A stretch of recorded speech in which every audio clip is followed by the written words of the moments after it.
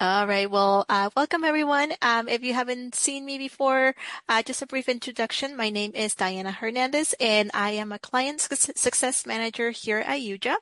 For today's training, let me go ahead and share my screen.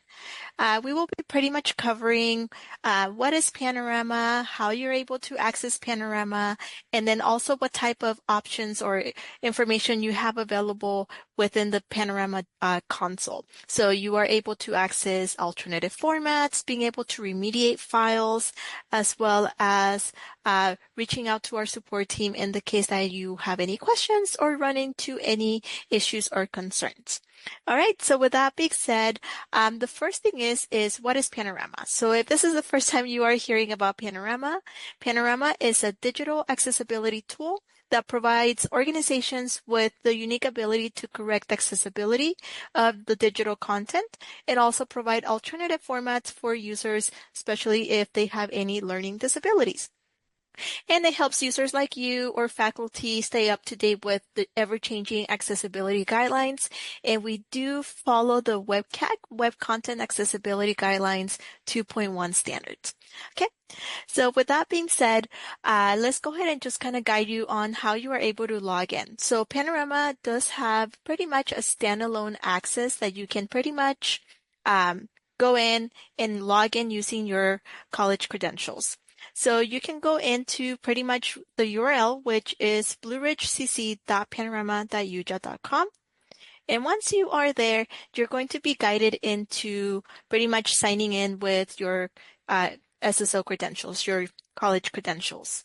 Once you click to sign in, you enter the information, you will be directed to what we call the DocHub or the Panorama console as well. So within the DocHub, as you can see, you will be able to upload any documents that you like, and you can also organize the content that you upload into the DocHub. So by default, you'll see some folders available there by default, but you can also create your own. So the way that we do this is you can select to upload here, and you can upload any document. You can bulk upload if you like. And once you go ahead and select the file, it's going to automatically start uploading to the DocHub. So as you can see, my document is now uploaded. We also give you a little status window right here on the bottom right-hand corner, just to let you know if the upload was successful, or maybe you were having a connectivity issue and it wasn't able to upload. Okay, we can just exit out of this. All right. So once you have uploaded a file, you will see the thumbnail listed right here.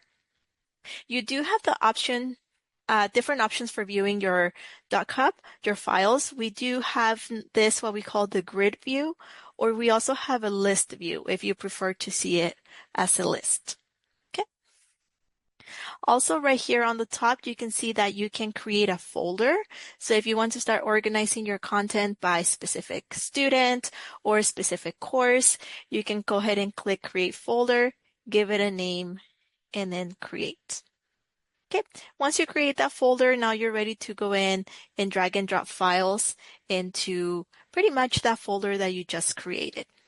Okay, and if you need to view or delete the folder, you're able to do so from here. So if we go into view, it'll take me into pretty much the files. And again, you can add subfolders as well to organize your content. Okay, and then we could always go back to home right here to take us back to the main library.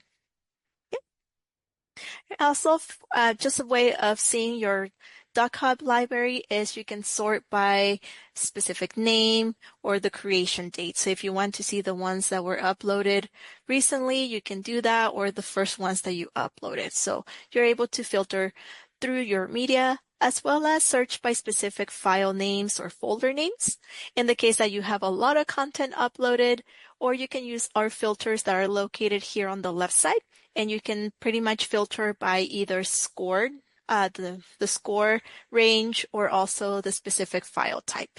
And then just to give you an idea, these are the file types that we support.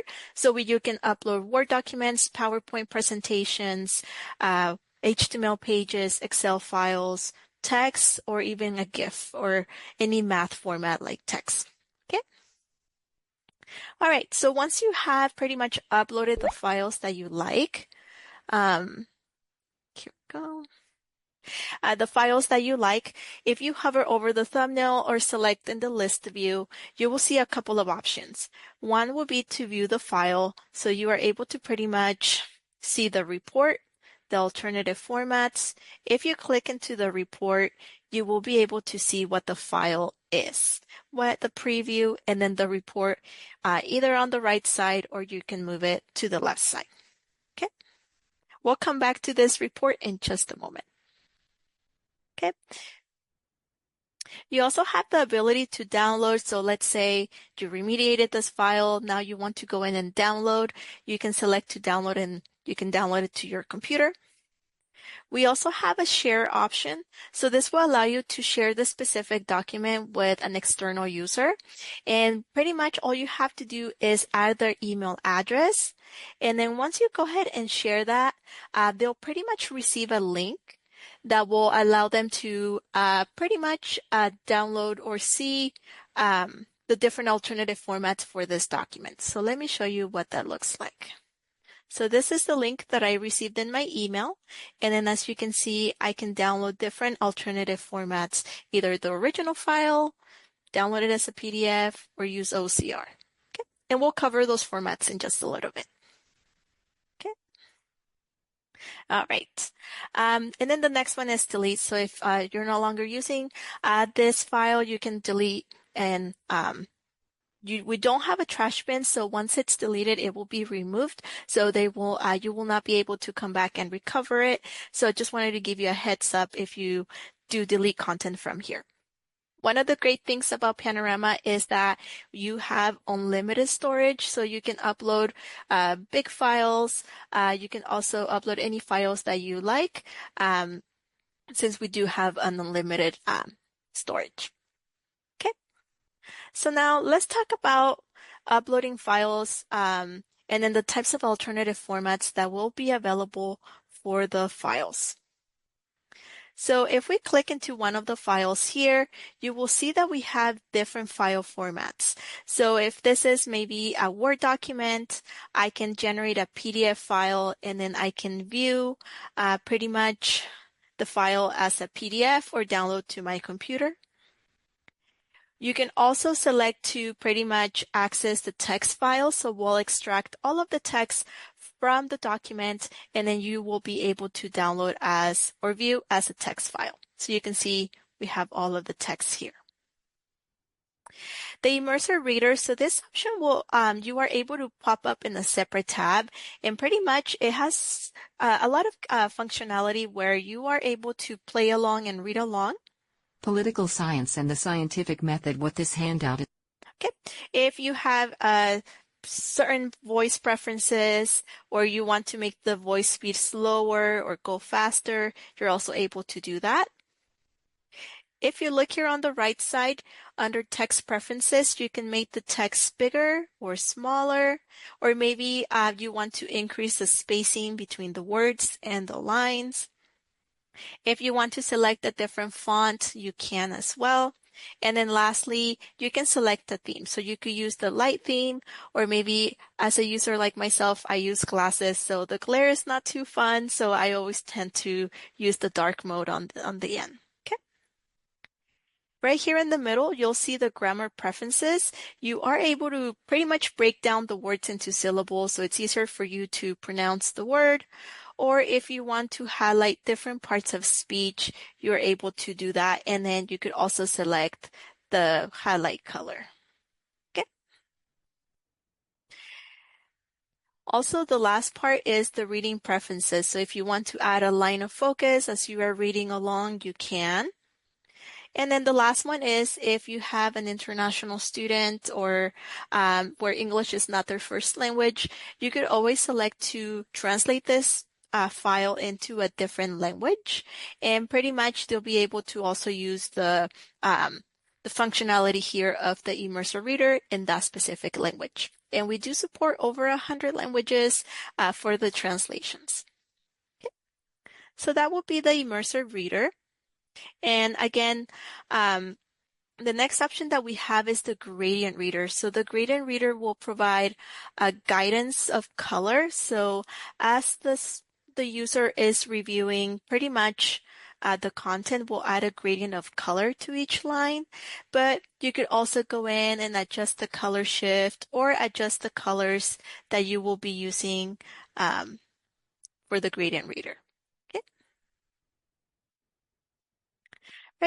right. We also have EPUB. So if a user wants to use their Kindle to review the content, the material, or anything with a smaller screen, they do have the capability of generating an EPUB file and then downloading it to their device. Okay, the audio podcast will pretty much read out loud the content of this file. So again, this you can download to your computer or you can pretty much play it in a separate tab in your browser. And I do want to mention that all of these alternative formats will be available if you share that file through direct link. So they will be able to pretty much generate or download any file that they like for this file type. Okay, and then this one's just taking a little longer to process. Oh, here we go. So like I mentioned, you can play in a separate Political tab. science and the scientific method. Okay, you can adjust the volume, go back 10 seconds, as well as adjust the voice speed or download to your device. For language translation, so not only can you access a translation in the Immerser Reader, you could also translate this document as well. So we do support over 100 languages, and once you select pretty much the language, you are able to generate specific alternative formats in that language. So if you want to use the gradient reader or the EPUB file in French or listen to the audio podcast in French, you're also able to generate these as well. Braille format. So if you have a student that needs accommodation, you can also generate a Braille format for this file, and then those can be used in a Braille reader as well as a Braille printer if you need to. Okay. We'll come back to this OCR format just because I want to dive more into the PDFs and how we can use OCR. But for math formats, if you have any worksheets or any document where you have any math equations or maybe chemistry, any equations, you are able to download these type of alternative formats. So you can download a LaTeX file, and if you hover over the eye icon, this will be available for each format. You can get more description as to what this is, and you can view this. We also support the Immerser Reader, so you can view those math equations in the Immerser Reader. The math text, this will convert the text or the formulas into actual text. So it's easier for the user to go in and read how those formulas are pronounced. Math audio, again, just like our audio podcast, you will be able to read out loud the equations.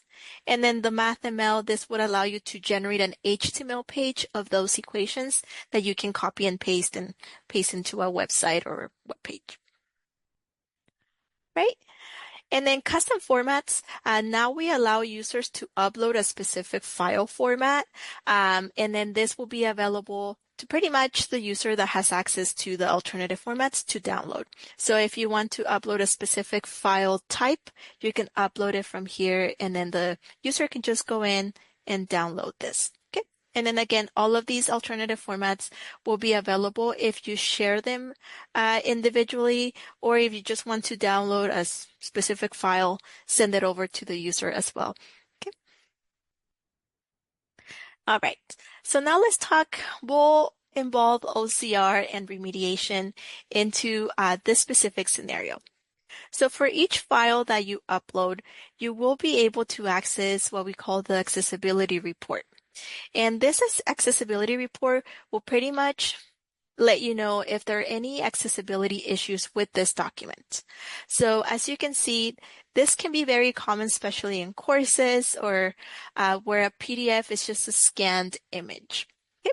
And a lot of the times, these are not accessible because if you have a user that relies on a screen reader, unfortunately, the screen readers are not able to detect the text inside this image. So one of the things that we have to pretty much help with the remediation of this document is you are able to generate what we call OCR formats. So the first one will be an overlay tag PDF. So what this is going to do is OCR is going to pretty much add the tags on top of that scanned image and the text. So that way the screen reader is able to detect the text as well as read any tags, pretty much structure of the document. So this will pretty much, this particular format will keep the same format, the same image, but it's just adding the tags on top of it. For the reconstructed tag PDF, and I'll show you what this looked like in just a moment, this one will pretty much create a brand new PDF. So it's going to grab the tags, the image from the document, and put it all in a brand new PDF that is tagged. Okay. We also support HTML pages, so if you want to generate this into a page and then copy and paste into a web page or maybe later on in Moodle, you are able to do so. And then just the other types of alternative formats, but just using the OCR. So you can get just the text file, use the immersive reader, the gradient reader, generate the audio as well as semantic text and audio. It just gives you more options or descriptions about the structure of the document. So if you have, for example, a table, it will begin with saying, a start table here, header here, and so forth. So it'll give you more information about the structure of the document. All right, so the reconstructed tag PDF is a brand new PDF that is tagged, and we'll go ahead and click view so you can see the difference. So it took that scanned image and pretty much converted it into a brand new PDF, and then you can see now that the text you're able to highlight, the narrator is able to go in and detect the text. Okay. What we do recommend is that for those scanned images and you are remediating, what we recommend is that you go in here and download your preference, either the tag PDF or the reconstructed format. And once you go ahead and download to your computer, what you're going to do is you're going to go back into your accessibility report and you're going to drag and drop that specific format that you downloaded. So we can go ahead and just choose from here. And once we update the file, Panorama is going to do a couple of things. One, it's going to update and scan for any new issues. It's also going to update the alternative formats with this new file format that you uploaded. And then it's also going to pretty much update the score. So we ran more tests now that the PDF is not scanned. And then we detected a couple of more issues. So one of them is that the document is missing a title. And also we need to check the reading order, or maybe the font size is smaller than 9 points. So it's going to pretty much let you know what the issues are, highlight where the issue is located. And then the great thing about Panorama is if you're not too sure what this issue is, you can click into learn more. And it's going to tell you how to fix this document manually. So for this specific PDF, it looks like we're missing a title, and it gives you the instructions on how to add the title into the PDF. Okay. Also, we have video tutorials. So if you're a visual learner, you can definitely go in and pretty much access the video tutorial.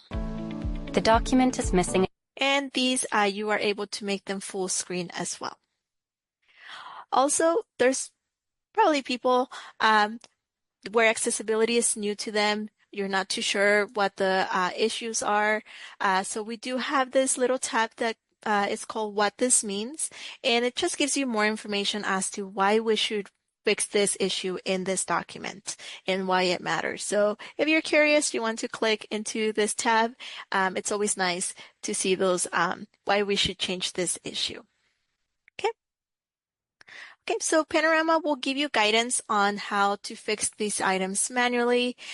So once you are fixing all of your issues, you can go in and drag and drop in here, just like we just did recently, to update the document and then update the score, the alternative formats, as well as the original file. Okay. And we do keep versions of all the changes that you make. So under Update Document, under More Actions, you can see the version history. So in the case that you made some changes, you're not too happy, you could always go back to the previous version if you like. So we always keep versions, all the changes that you make to your file. Okay. Any questions so far about remediating documents or accessing the alternative formats? Diana, I have a Yes. question. Mhm. Just based on our recent purchase, can you verify exactly which of those remediation options our colleagues are going to have here at Blue Ridge? Yes. So when you access the accessibility report, let me just pull up a different one. Here we go. Um, what you're going to see is pretty much the same information. So Panorama is going to pretty much detect the same issues. The only difference that you're not going to have is you might see here some fixed issue items or use structure remediation. You will not see those items on your end, but you are still able to access the instructions on how to fix, and then you can pretty much remediate, upload the new copy with the edits into here, and then we'll update everything else, the score, as well as the alternative formats. Thank you. So just to emphasize for the folks who are on the call, our recent purchase has given us some really great reporting. As you can see, this is very robust and gives us a lot of information. We are not yet at a place where we have all the bells and whistles, so to speak. So we don't have all the tools yet to fix everything within the platform. And that might be something that we're able to look at purchasing down the road. But this is a really good way at this point to even just get that baseline of information about our department documents, because as we all know, everything is supposed to be accessible for our students. So it's a good way for us to start loading our documents in and seeing what issues they have. And then we may need to go back to the original platform that we used to create those documents in order to do the remediation. Is that correct, Diana, at this time? Okay, That is correct. Mhm. thank you. Yeah, but once again, you have the other capabilities, downloaded specific alternative formats, and you have all of that as well as the unlimited storage. So you're pretty much able to use the whole functionality of Panorama. It's just except for the one thing where you can remediate right within the report. All right. Um, so yeah, pretty much this is the capabilities that you will be able to do within the DocHub. Feel free to go in, upload files, create folders, organize your content. Um, Another thing that you might see just as a user, you might see configuration. Um, and just to let you know, under user setup, it might tell you to download an extension, but you don't need to do this at all. This is only if you will be checking accessibility of external websites. But yeah, you can just log in, access your DocHub, upload your documents. One thing to say is that this DocHub is pretty much private to you only, so no one else will have access to this DocHub. But again, you can share individual documents externally via email, and then the users will be able to download the original file, either that you already remediated or alternative formats for that file that you remediated. So they'll be able to access that information if you share it with them.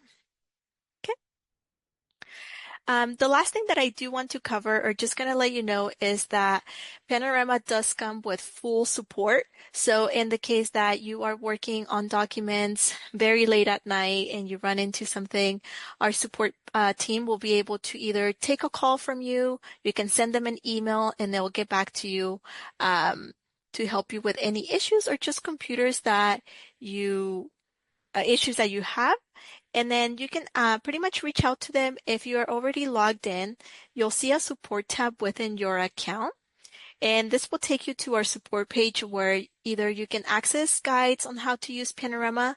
This is a great section on getting started. I will also paste this in the chat in the case that you want to check it out later today.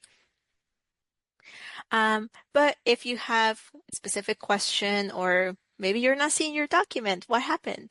You can scroll down and then you'll see our phone number as well as our email address, and someone will get back to you soon. Okay. But other than that, let me see here. Let me see if there's any questions in the chat. Oh, okay.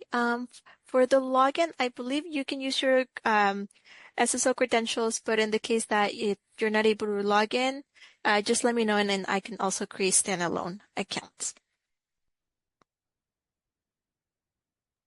Hey Sherry, I see your question. So, and like Diana said, I'm sure she can provide a workaround, but we just tested our SSO this morning and we should be good now.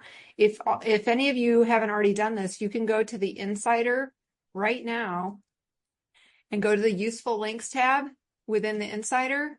And we've listed this just to keep it as an easy thing to remember, Accessibility DocHub. That's what it's called right now in our Insider Useful Links. That should give you a screen that says sign in with SSO. And some of you may have seen Diana demonstrate that at the beginning of the session. Here it goes. Yep. So that's what you should see when you go to the Insider Accessibility DocHub's link.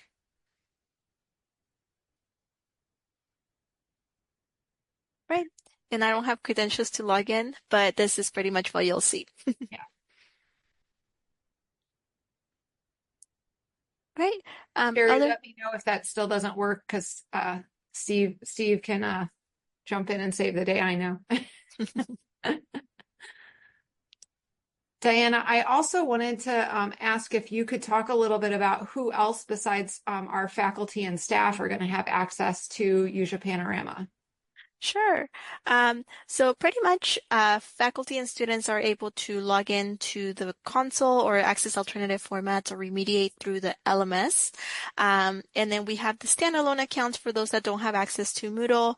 But also if you have, depending on the type of access that you have, so if you have admin access or sub-admin access, you will be able to see reporting based on mainly the LMS. So if you want to see reports on the specific LMS, what the overall score is, how many files were checked by Panorama. So all of those insights will be available to you as an admin or as an instructor.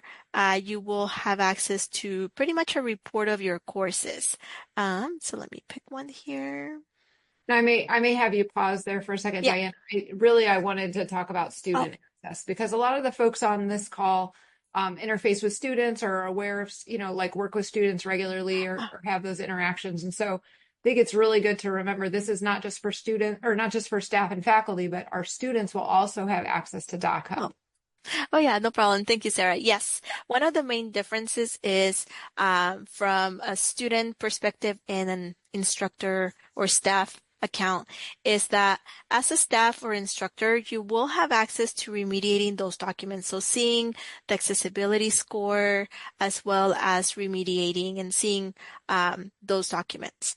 As a student, you will be able to still log in, upload documents, and organize them, but you won't have the option to remediate or see the score of the files. So you will only have access to pretty much the alternative formats.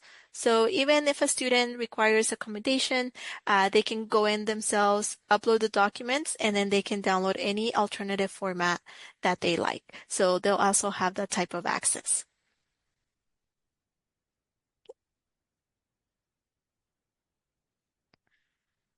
Right. Any other questions about the DocHub or in general Panorama?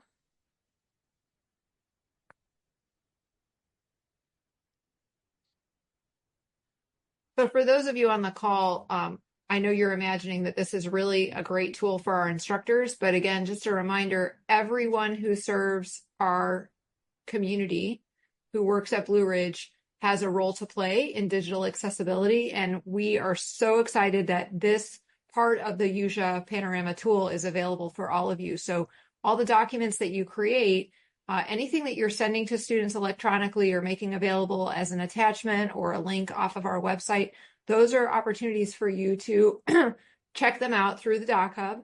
You can upload them using your DocHub portal and you can see if they need to be remediated or improved so that they are more accessible for students or members of our community. Right. And yeah, a couple of workflows that I've seen from other clients is their library staff has access to DocHub, so they're able to go in and upload documents that they need to. I also seen for clubs that we've seen where people go in and use this for marketing purposes. So any flyers, anything, they're also able to go in and pretty much use those alternative formats as well as remediating the documents as well.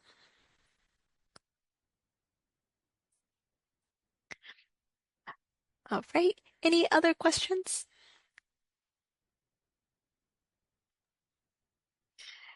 All right. If there's no other questions, I can give you some time back of your day.